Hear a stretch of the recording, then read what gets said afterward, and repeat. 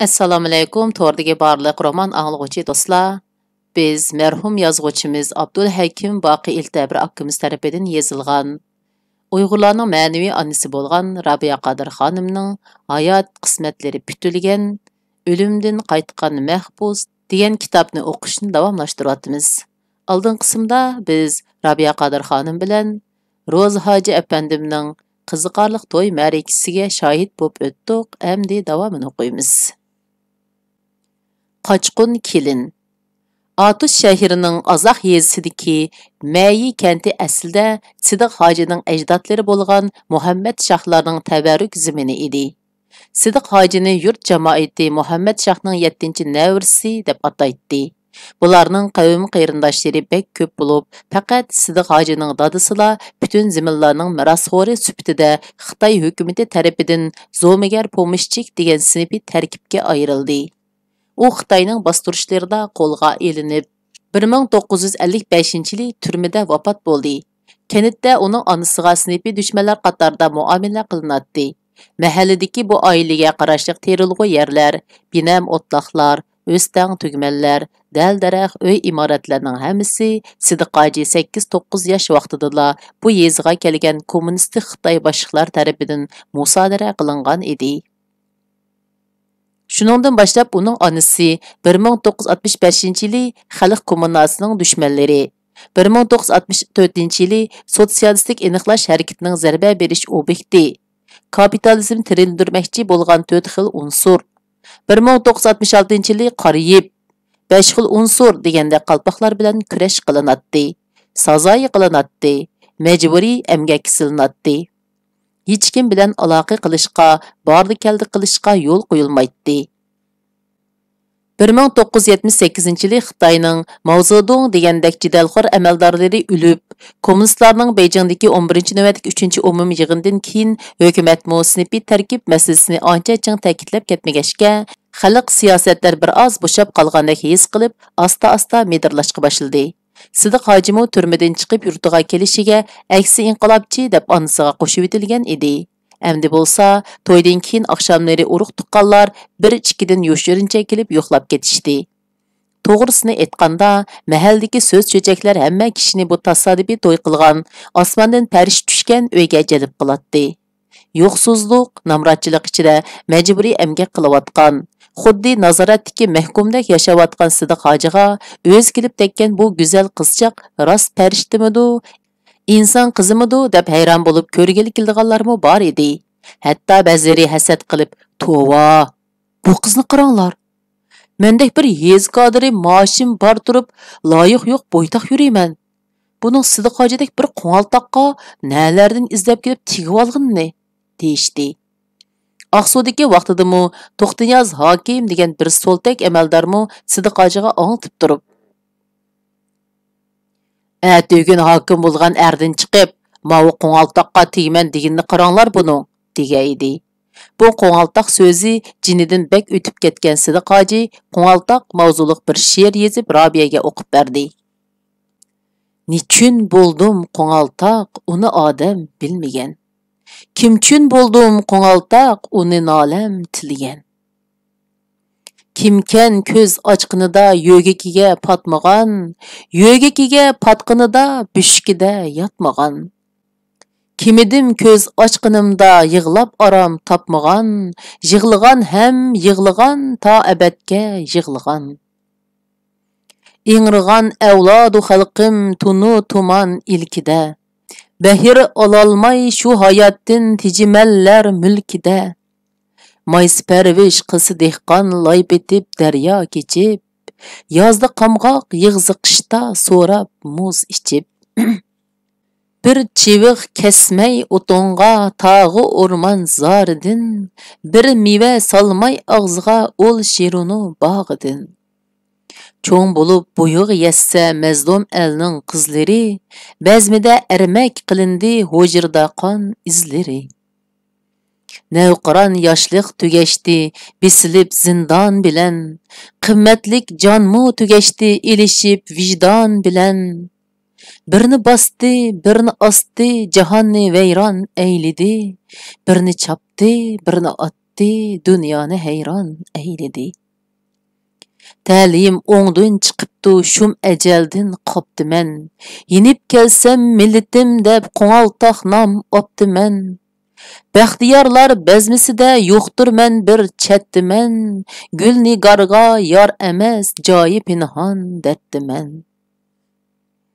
Sarg'ayib shoxi to'kilgan xasta yaproq aylidi. Zo'q ko'ngillar bezmisida xoki tuproq aylidi. Kim qo'ng'altoq deydi meni, jüpti yo'q singan laqam. Men qo'ng'altoq laqimimga roziman bo'lmas alam. Ul vaponi izdisan xor seni vapa izdimas. Tingla avlodim hukm ki bu hikoyam bo'ldi bas. Bu she'r ayni vaqtda kimlarningdir qo'li bilan Aqsudagi To'xtinyoz degan hokimning qo'liga tekkanmish. Atushdagi yoshlarmi bu she'rni ko'chirib ilib bir-biriga o'qib berishgan. Sidiq hojini qo'ng'altoq deganlarga la'natlar o'qigan edi. Yo'qlab kelganlar orasida Sidiq hojining yiqroq tuqqanlari kelini ko'rib ketgandan keyin qandoq gap bo'lib ketdi? Manaxshoning 7-nevrisi, avlodi bo'lgan Sidiq oxunning 6 bolasi bor bir cho'konga o'ylanib olgan nemisi? Uruq avlodimizning ichida shuncha ko'p loyiq tursa, nadin tepib oldi bu yaqa yurtliq Satan xonimni deyishdi. Hatto bu qalin cho'kon Uyg'urning adab qoidasini buzib, o'zi kelib tegibdi deganlarmi bo'ldi. Umuman mahallada so'z cho'chak ko'paydi. 1-2 kungacha kelib ketganlar, yez boshliqlari hech nima demagandan keyin amdi kishilar to'p-to'p bo'lib pata qilishib, osmondan tushib qolgan Parizod cho'konni olaydan ko'rib ketadigan bo'ldi. Robiya yuzidan yuziga qilinayotgan ba'zi gaplarni anglab, Sidiq hojiga bu yerdan ketish maslahatini berdi. Biroq Sidiq hoji hisobda nazorat ostida bo'lg'ashga jur'at qila olmadi. Qichish planini o'ylagan bo'lsa-mu, ota-onasiga qiyolmadi va Robiyaga "Nima ko'rsak, mush yerda ko'rayli" dedi. Robiya yezning etiz eriq ishlarining eg'irligini, bir tiyin pul kirim qilg'ili bo'lmaydiganligini yaxshi biladi. Shunga u bu temir to'siqni bosib chiqmoqcha ro'naq topqili bo'lmaydiganligini Sidiq hojiga tushuntirishga tirishdi. U oqshimi Sidiq hojiga yolvirdi. "Sidiq, ikkimizning so'ygimiz visoliga yetdi. Murodimizga yetdik. Endi butun millatning g'imini yeydigan va'dimizni unutib qolmayli. Pul tepish kerak. Bo'lmasa hech nimani hal qilg'il bo'lmaydi. Shunga bu yerdan chapsaroq ketayli." Sidiq hoji faqatla unimadi. "Hech bo'lmaganda 2-3 oy bo'lsa-mu shirin kunlarni o'tkazib olayli. Nalarda musofir bo'lib yurmayli. Yana kelib, onamlar bola qolmasin" degandek bahonalarni ko'rsatdi u. Ular to'y qilib 7-kuni tushda Sidiq hoji etizdagi majburiy emgakdan uyiga keldi. Robiya uyda ko'rinmaydi. Onasi kelinning atiyandila chiqib ketganligini, Sidiq hojining yiniga emgakka ketdimikin deb o'ylab surishtirmaganligini aytdi. Sidiq hoji yotoq uyiga kirib, bir varaq qog'ozga yozilgan xatni ko'rdi va ichida o'qidi. "Sidiq hoji, so'ygimizga qandim. Muhabbatga aldinib oltindek qimmat fursatni qo'ldan berib qo'yishga ko'nglim unimidi. Men bu yo'qsul kapida sulinib yassam, yuksak arzu-armonlarimga qandoq yetaman? Maylimga baqsam, sizdan 1 minutmi ayrilg'im yo'q. Ammo va'damni bilasiz. Murad maqsad nishonimizga yetish yo'lida qafaslarni chaqman degan edim. Oxirgi baxtiyor kunlarimiz uchun sizning g'ayribona ko'lbingizning tomlarini o'rib ketib qoldim. Men Udul Shanxayga mangdim.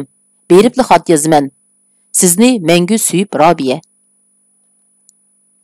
Shundoq qilib, Robiya xonim rostilla qechib ketgan edi. Sidiq hoji qo'lida xatni mijiqlig'inicha dong qetib turib qoldi. Uning beshi piqirab ketdi. Oradan 5 soat vaqt o'tgan edi. Bu vaqt ichida avtobus albatta Maralbeshdan o'tib ketdi. "Oh, mening qafas turmaydigan erkin qushim. Nalarga tanha uchib ketding? Yo'q, sen yolg'iz ketmading. Mening laqta-laqta hasrat to'lgan yuragimni billa ilib qochding." Barakat ilib kelgan kelin. Robiya xonim Shanxayga kelib, musulmonlar mehmonxonasiga o'rinlashdi. Bu çağda Xitoyning o'lka shaharlarida shaxslarning tijorat qilishiga yo'l qo'yilgan bo'lib, dengiz bo'yidagi shaharlarga chet ellardan, Tayvan, Shanganglardan nurg'un mol ham qonuniy ham qonunsiz yo'llar bilan kirib turadi. Boj to'lamay qonunsiz yo'llar bilan kirgan molda haslab foyda bor edi. Robiyamu savdogarlardan anglagan uchurlariga asosan Urumchidan Xottanning sap oltini, Hindistonning zapasini xeyla ilib olgan edi. U əkelgan mallarını xeyirdarın tepib narqida setish va pulga oladigan muvofiq malni tepish uchun har tarafga qatirab yurib, yoshirin tijorat qilganlar bilan ko'rishdi. U yataqqa o'rilishib bo'libla adresini aniqlab olgandan keyin Sidiq hojiga bir parcha xat yozdi. Ikkinchi kuni kechda yatag'ida ikkinchi parcha salomnoma she'rin yozdi. Rabiyaning 4 parcha salomnomasi Atuşqa manganda Sidiq hojining tunji so'ygi lirikasi Shanxay musulmonlar mehmonxonasi ayollar yotoqxonasidagi adresga yetib keldi. Shunda qilib, atisini boshlab har kuni degudek bir parchadan yalqulu salom xatlar, so'ygi, azob, visol, hijron, muhabbat she'rlari xuddi pochta kaptarlardek uzilmay u yoqdan bu yoqqa uchib turdi. Keyin bir qitim Sidiq hoji ochiqda Rabiyaga mundaq bir parcha she'r yozib avatdi. Bar qayoqda kulki zo'xta menki yorimdin yiroq. Gul chechakmu shoxi birla men bahorimdin yiroq. Ayib etmang noli qilsam gul jimolim yoriman. Nadidur binavo men loli zorimdin yiroq. Chidamas men Robiyaga o'ltirar dard oqibat. Mayli o'lsam ishq o'tda yo mazorimdin yiroq. Aylanib oyni yurakim saqıgan yulduz topi, men özüm jandin kecharman ol nigorimdin yiroq. Rabiya xonim Sidiq hojiga javoban bir parcha she'r yozdi. Oradan 3 oy vaqt o'tganda Rabiya xonim Sidiq hojining urib oxir qitim yozgan nashdardek bir she'rini topshirib ilib, o'zini tutib ololmay qattiq yig'lab tashildi hamda sodisini yig'ishtirib atisla yo'lga chiqdi. U Unsuga yetib kelib, atisi atdiganda yo'lga chiqish uchun yataqqa o'rilishib olib, ko'chadagi oshxonaga tamoqqa kirdi. U beshini ko'tarmay burutgan lag'minni yeyotganda, yenidagi ustalga kelib o'tirgan 2 yosh bola bilan ustamning parig'ini anglab qoldi. "Ko'rmamli ustam, nim degan choch, nim degan soqol, qop-qora kostyum burulkisiga yarashqin demam degan. Chet eldan kelgan bir sim nima, ufkom? Markus degan hiliqi saqqalliqqa shundoq o'xshab turmamdi?" "Yo'q, Uyg'ur taqilidi. Nima degan kelishgan yigita?" "Ey ustam, u adash o'ziga o'zi bir nimalarni deganda qilamdi nima?" "Yo'qay, hilik kavob yeb ketganda bir g'azalni shoh mashrabdek ovozini chiqarib, otish shivisida o'qig'ini anglabdi kavobchi bolalar. Otishdan keldimikin?" Otish shivisida g'azal. Robiya bu gaplarni anglab yuragi bir narsani to'ygandek jiq qildi-da, beshini ko'tarib, "Hey ukam, kimning gapini qilyapsizlar?" deb so'radi. Bolalar qo'li bilan sirtni ko'rsatib, "Ovu masjidning oldida turgan mehmon davatimiz" deyishdi. Robiya xonim o'rnidan turib taloqqa qardi. "Poh, nim degan qaddi-qomat, yarashgan kiyim-kechak, kelishgan chiroy, qop-qora chos soqol. Kimdir bu otishdan kelgan? Hech bo'lmasa Sidiqni tunarmikin?" Robiya shularni o'ylab, ixtiyorsiz masjidning oldiga keldi. Yaqinlashgan seri Robiyaning yuragi nimadir sezganda qattiq silishga boshladi. Yiroqdagi bir nuqtaga tikilib turgan bu bir jup qo'y ko'z Robiyaga so'ygi beg'ishlagan ko'zlar edi. Nimalarnidir pichirlab, qofiya ritmlariga tizayotgan u lavlar Robiyaga tunish lavlar edi. Robiya yugurguncha berib Sidiq hojining qo'lidan tortdi. "Sidiq, men keldim!" Sidiq hoji tunish ovozini anglab ittik burildi. Tikilib qaradi. Qaradi-yu, dong etib turib qoldi. Uning na ko'zi, na eg'izi, na qo'li harakatdan to'xtagandek sezgusiz edi. "Sidiq, bu men. Oxirgi xatingizni topshirib elib, shu hamon yo'lga chiqdim. Siz bu yerlarda nim qilib yurasiz?" Sidiq hoji bu so'zlarni anglabmi, yana sezgusiz holatda hamqib turadi. U na o'ngi, na tushiga o'xshamaydigan bu tasodifiy visoldan gangirab, nima deyishni, hatto nima o'ylanishni bilolmay tamtirab qolgan edi. Robiya xonim uning qo'lidan tortquncha qatnash bekiti tarafga yetilib mangdi. "Menmo oxirgi she'ringizni o'qibla, nim bo'lsam bulay, etivassimu, o'ltirvassimu, bishimga kelgan ko'ray. Lekin Robiyaning yeniga yetib olay deb yo'lga chiqqan edim. dedi u bir hazadın keyin xudini yig'ib olgan Sidiq hoji tortib. Siz ketgandan beri ne qo'lim ishqa borsun, ne nafsim tomoqqa. Soqilimnimi ilishqa qurbim yetmedi. Pochtxonaga talmurib toqitim toq bo'ldi. Biroqla yo'lga chiqqan edim. Mau karomatni ko'rdingizmi? Menmo yo'lga chiqibla Xudoga, "Ah Xudo, biz bitalay oshiqlarni visoliga tezroq yetkazgaysan" deb duo qilgan edim, dedi Robiya. Endi qayoqqa qilmoqmiz? Sizdeki Ürümchining biltini qaytiritamdiq, mendeki Otishning biltini qaytiritamdiq, deb so'radi Robiya xonim Sidiq hojidan. Nega bo'lsa mayli, endi sizdan 1 minutmi ayrilmayman, dedi Sidiq hoji. Atuşda Sidiq hojining onasining pomishchi qalpig'i ilib tashlanib, obro'yi asliga keltirilgan edi. Ammo Sidiq hojining nopisining Atuşga yo'tkab kelinmaganligi, rasmiyatining yo'qligi uningga uqtirilgan edi. Ular maslahatlashib atisi Ürümchiga qarab yo'lga chiqdi. Ular Ürümchida bir necha kun turib, turma boshqarish idorasidan Sidiq hojining qo'yib berilganligi to'g'risidagi isbot xat va nopis yo'tkash rasmiyatlarini ilib, o'qish bitirgan oliy maktab o'quvchilarini xizmatga taqsim qilish ishxonasiga tizimga oldirib qo'yib, Aqsuga qaytib keldi. Ular Aqsuda bir mezgil turgandan keyin bir yuk avtomobilni kiralab, ko'mir ilib, ustiga un, guruch, maylarni besib, Atuşqa Sidiq hojining onasining qishiga keldi. Kelinining o'g'li bilan qaytib kelganligini ko'rgan Sidiq hojining onasi xo'shalligidan ularni bag'riga besib yig'lab ketdi. O'tin ko'mirning xo'shalligi uningdan qilishmaydi. Uyga patilab kelgan, yo'qlab kelgan qulum qo'shna urug' tuqqanlarga Sidiq hojining onasi bir dastin ko'mir berdi. Haqiqatan o'tin ko'mir hammadan e'tiborli bu mahallada texcha biror boyvachchimu mashinalab ko'mir tushirib boqmagan edi. Robiya ta'sirlanib bir necha kundan keyin Qashqarga berib, yana 2 mashina ko'mir elib chiqib, yezdagi namratlarga o'lashtirib berdi. Robiya bir kuni bütün mahaldagilarni uyga mehmonga chaqirdi.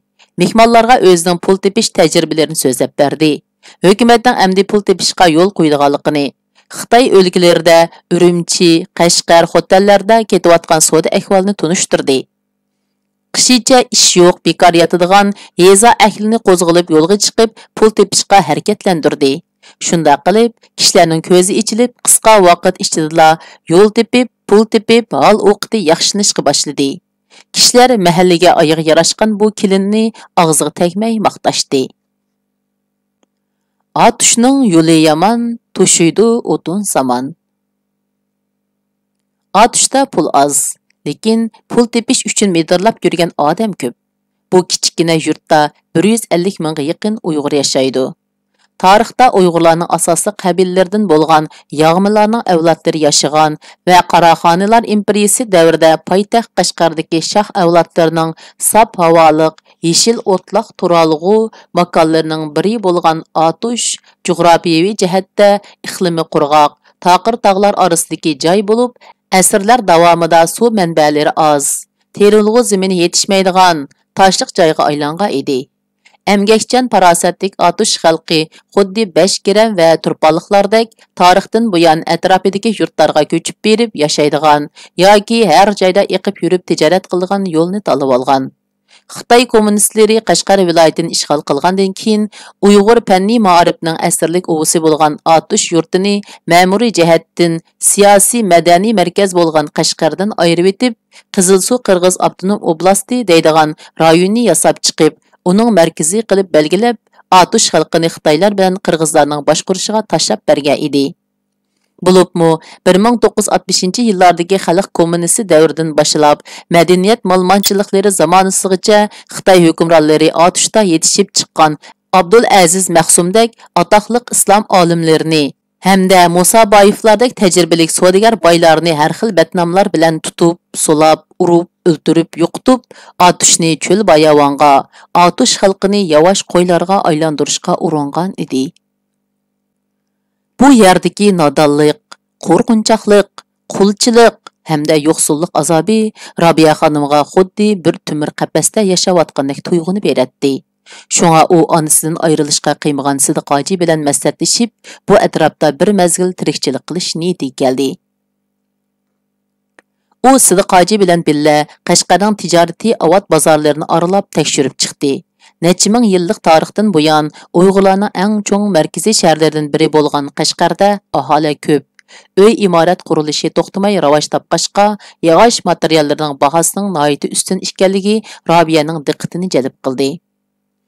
Odatda savdogarlar qandoq molning bahosining arzonligini surishtirsa, Robiya pam va farosat bilan nimaning bahosining qimmatligini surishtiradi.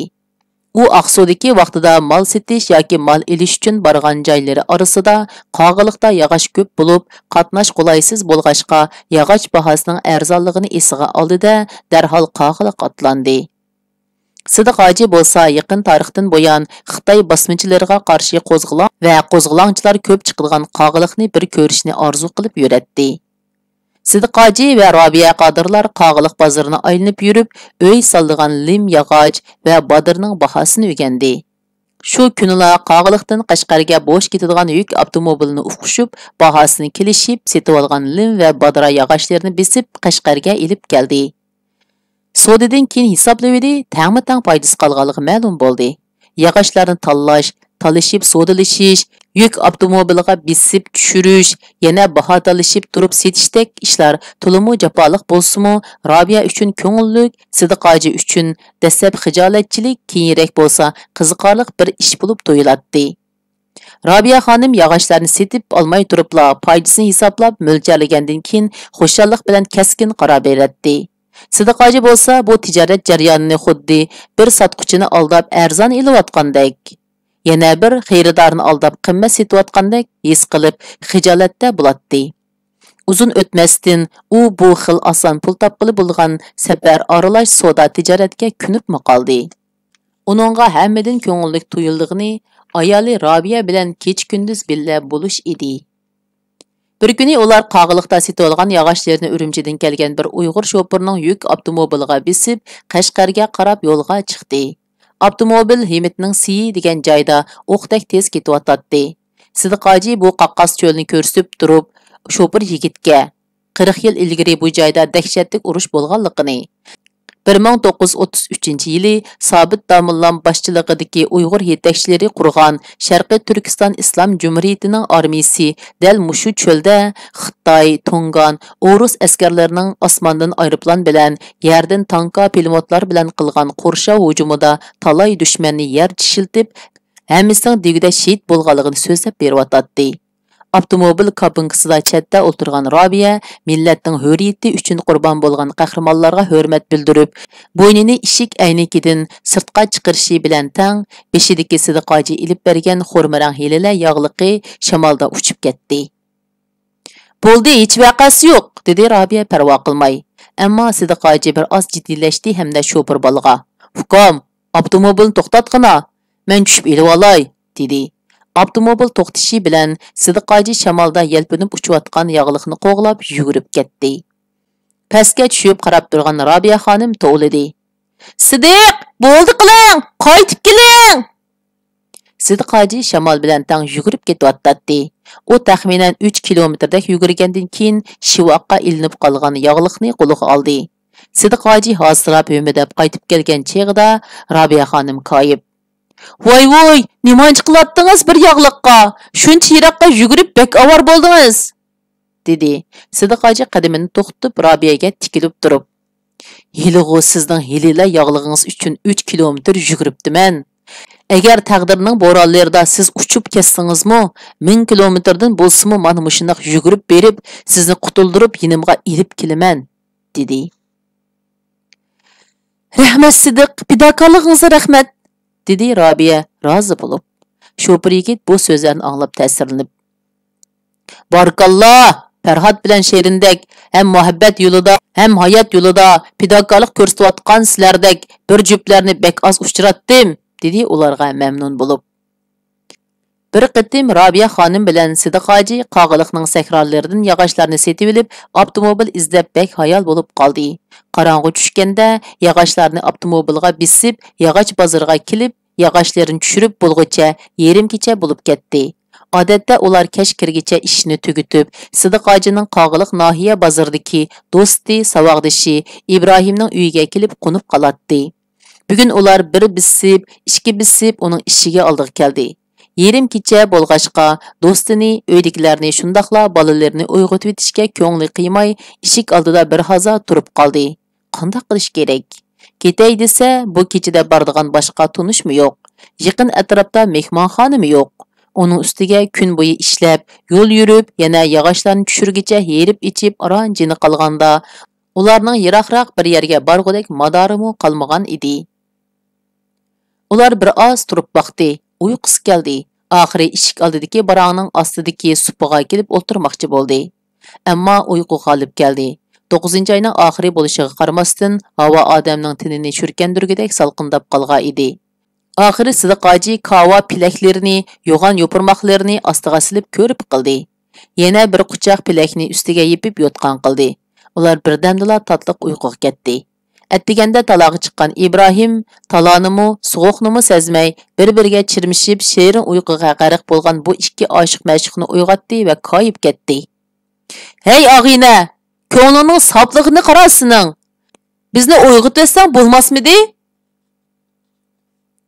Urumchiga makkallashish. Haqiqatan Muhammad Shahlarning bu oxirgi avlodining oilasiga Robiyaning oyog'i yarashdi. Uzun o'tmayla Urumchidagi Abnum rayonlik Ma'arif instituti, Urumchi shimoliy quvuqqa joylashgan Ma'arif institutidagi oiliklar binosining kona uyga joylashdi. Robiya xonim uy bisatlarini biraqur saramjallashtirib olgandan keyin: "Xo'sh, ish tamom. Endi shaharning cho'ng'iga keldik. Pulningmi cho'ng'ini topadigan gap. Başlaymizmi?" dedi Sidiq hoji kulib. "Yo'q, Robiya", dedi Sidiq hoji qat'iy holda. "Men endi cho'ng bir institutning o'qituvchisi, oliy maktab o'qituvchisining ayoli, ko'chada savdogarchilik qilib yuridi desa, xalq odam oldida har ikkimizga sat bo'ldi. Bundan keyin uyda o'tiring. Men sizni boqman." "Sidiq apandim, sizning soqoldagi ishingizga qursoq to'yamdi. Hukumatning 4 tangisiga qarab o'ltirib, qanday qilib butun elning g'imini yigili bo'ladi? Siz so'zlayvering quruq gapni. Men tijoratimni boshlayveraman", dedi Robiya xonim va ishni boshlavatdi. Bu chaqda shaharning atoqliq atkaschilari Urumchiga to'planib, shahar ko'chalarida yopirmoqdek uchib yurgan pulni cho'ylar bilan so'zib ilayotgan mezgil edi. Lasa, Xotan, Qashqarlardan oltin, kumush, yambu, tilla, ishbor, zapar, rasmarjon deganda qimmat baholiq va hukumat setishini cheklagan atkas mollar Urumchiga to'planyotdi. Tavakkulchi savdogarlar bularni yig'ib olib, Guangzhou, Shanxaylarga olib setiyotdi. Hatto ba'zi qaramlari Tayvan, Shangangliq savdogarlarini debib, ularga bevosita yuqori bahoda o'tkaziyotdi. Sermaye, fursat, tavakkulchilik imkoniyatlarini dangsab ko'rgan Robiya xonim yinidagi hamma puliga Xotanning 99,99%lik sap oltini, Qashqarning zamonasida qolgan yambusi, Lasaning bo'g'a mungizi, Bo'rtalaning bo'kan mungizidan tangshab setilib, sumkaga qachilab, poyezga o'ltirib Shanxayga yetib keldi. Malni ilishiga o'tkazib olib, puliga helil yog'liq bilan angilishim raq ilib Urumchiga keldi. Mallar qo'ldan qo'lga chaqmoqdek tez o'tib pul o'zigidan domlayotdi. Robiya xonim bir qatim 700 ming so'mga setib olgan oltin, yambu, ishbor, ras marjonlarni ilib Guangzhouga keldi. Malni o'tkazish uchun sodlashayotganda tuyuqsiz Xitoy soqchilarining qo'liga tushib qoldi. Soqchilar bütün atkas mallarni musodir qilib tortib olib, Robiya xonimni 15 kun so'lab qo'yib, oxiri qo'yibdi. Xitoy soqchilari malni oladi-yu, yana apkelsun degandek odamni qo'yib beradi. Robiya xonim Xitoy turmisidan chiqibla tunishlardan bir oz pul elib, udul Shanxayga yetib keldi. Sarmoyasiz tijorat qilish mumkin emas edi. Robiya xonim magazin piqrab yurib, chat bir ko'chadagi do'konda chiroyli tikilgan chorrang nilon chaponni ko'rib qoldi. Birini elib kiyibdi, bekmi yarashdi. U birini 18 so'mdan 10 dona chaponni setib olib, musulmonlar mehmonxonasidagi Uyg'ur savdogarlar joylashgan binoga yetib keldi. Uning uchisidagi yarishimliq chaponni ko'rgan savdogarlar hammasi degudek xotinlarga ilib berish uchun Robiyaning olgan chaponlarini talashdi. Robiya xonim bir hassa foydasiga hammasini berib etib, atisi magazinda eshib qolgan 40 dona chaponning hammasini akilib 40 so'mdan o'tkazibdi. Atisi yana yiliqi magazin orqali fabrikani tepib o'zi loyilagan chapondan 500 ni buyurtib qo'ydi. Rabiyaning char chapini deb nom chiqqan bu chapallarning Shanxaydagi top bahasi 8 so'mdan bo'lib, Urumchida 50 so'mdan parchaga sotiladi.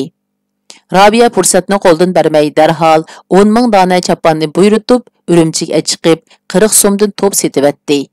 Aradan 6 oy o'tganda butun Uyg'ur yurtlarida qizlar Rabiyaning char chapini ilib bermasa, to'y qilmaydigan darajaga berib yetdi. Rabiya bir qitim Urumchidan nurg'un ihbarni ilib Guangzhouga ilib keldi. Malni o'tkazib olgan Shanganlik Xitoy qimmat baholiq tosh savdogar bo'lib, mal avrishkilarini Rabiyaga ko'rsatdi.